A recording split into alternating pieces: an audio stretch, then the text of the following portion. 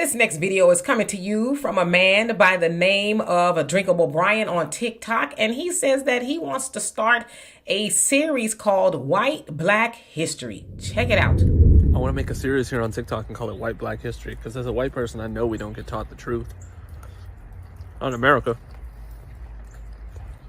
I'll give you an example. It would be like the Tulsa Massacre, where Black Wall Street is what we called it, an extremely wealthy black neighborhood, was beaten and burned down. Another one's like the Wilmington Massacre in North Carolina in like 1898, where a group of white supremacists just decided to overthrow the local government that was biracial and then just kill all the black people.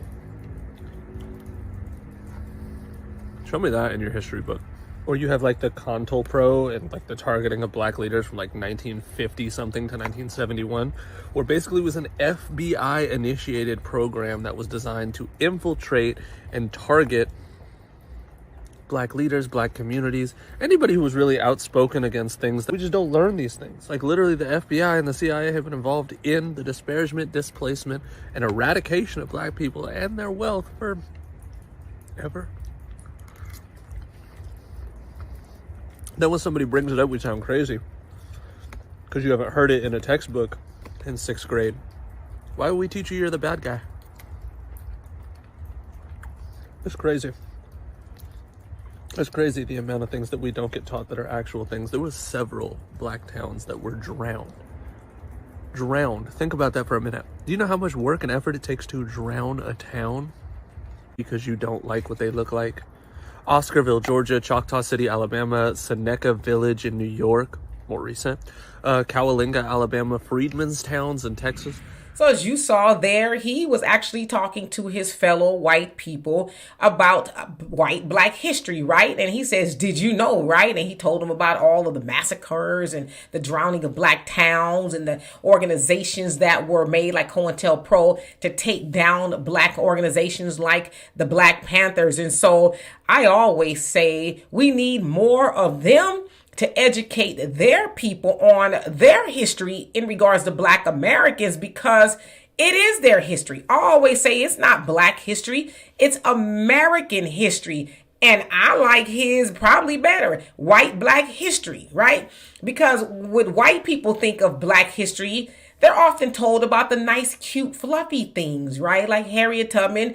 But if you know the real story of Harriet Tubman, it's not so nice and fluffy and cute, right? They say, oh, she freed the slaves, the Underground Railroad. And now it's palatable to them to talk about Malcolm X, but it wasn't back in the day, right? He was public enemy number one. He hated white people and oh, he's all this, that, and the other. But now you can go to Target and see him on t-shirts and cups and all kind of stuff. And, you know, Martin Luther King Jr., he wasn't a great guy back then either, but they just love him to death. They love him and all that. He's got a holiday and all of that. So to his point, nah, white people, let's learn the real history. The stuff that they won't put in the textbooks. Like your Nat Turners and what they did at your Lake Lanier's and your Black Wall Streets and, you know, all of those things. Let's learn about that, because we know they don't teach white people that, because especially in places like Florida, we don't want white people and children to feel bad about being white and guilty and all that. It's not necessarily that they feel bad about being white, but they should learn the true history of what their people did to black people. Because as they said, if you don't know history, you're doomed to repeat it. And so in 2024, we are seeing a lot of things being repeated. And if you ask me, I don't even think it's ever gone away. You know, I think we're just seeing more of it now because we have social media and cell phones and things like that. But, you know, big ups to Drinkable Brian for putting his people on notice. And I really do hope that he starts a white black history series so that his people can say, oh, okay, yeah, I didn't know. Maybe I can be a better human. And, you know, it's now that I know the truth and not the sanitized truth. I tell you guys all the time, one time when my daughter's in the 5th grade, I went to her parent-teacher night and I looked into her history book. And one of the first things it said about slavery, in fact, it was the first paragraph, is how the slave master was nice to his slaves. And on Sundays, he would give them the day off and they would have food. And sometimes he would go into the fields and work with them. So I took my happy black self up to the teacher and said, please do not teach my daughter that, because she does not know that version of slavery.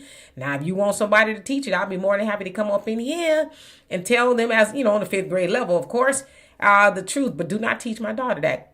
And she says, okay. And she did not teach that. But imagine how many times that school has cracked open those books and lied to students about what slavery is about, made it all cute and fun. You know, ooh, the slave master was even doing it. It's like, knock it off. No, he wasn't. So anyway, y'all tell me what you think of that. And for more insightful commentary, please subscribe to this channel and my channel, the Demetra Kaye.